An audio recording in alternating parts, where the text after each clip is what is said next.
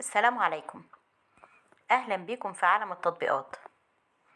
دلوقتي تقدر تشترك في قناتنا وتفعل الجرس عشان يوصلك مننا كل جديد في عالم التطبيقات، ونقدر نساعدك بمعلومات عن كل التطبيقات اللي بتهمك في حياتك، ونوصلها لك بشكل سهل وبسيط وسريع. النهاردة هنتكلم عن تطبيق جوجل كلاس روم. التطبيق ده تقييمه 3.9. عدد اللي نزلوا التطبيق ده 100 مليون عملية تنزيل، ومساحته 21 ميجا بايت بس. التطبيق ده مهم جدا للمعلمين والمعلمات واللي على رأس العمل في التعليم، علشان يقدروا يديروا الصفوف الدراسية بطريقة سهلة بعيدة عن الطرق التقليدية زي دفاتر الدرجات الرقمية. التطبيق ده كلاس روم بيتسهل على المعلمين التواصل داخل المؤسسة التعليمية وخارجها، وبيساعدك على توفير الوقت والاستغناء عن وسائل العمل التقليدية، وإنشاء الصفوف الدراسية وإسناد المهام الدراسية للطلاب والتواصل معهم والحفاظ معهم على التنظيم. التطبيق ده سهل إعداده جدا، ممكن المعلمين بيضيفوا الطلاب مباشرة أو بيشاركوا رمز عن طريق التطبيق مع الطلاب عشان يقدروا ينضموا، وعملية الانضمام دي ما بتاخدش إلا دقايق قليلة قوي.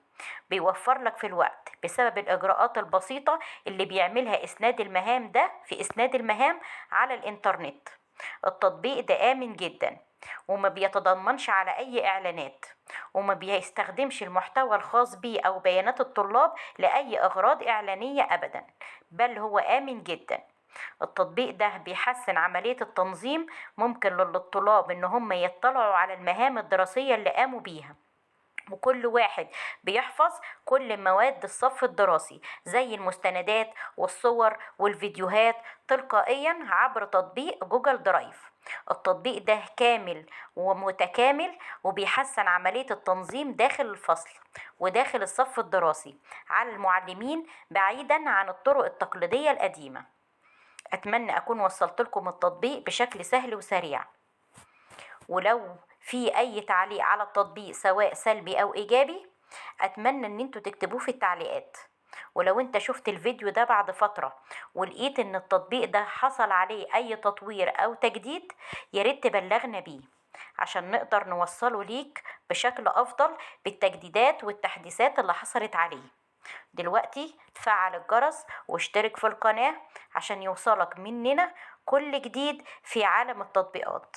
ولو في تطبيق انت محتاج ان احنا نتكلم عنه، ياريت تبلغنا بيه في التعليقات.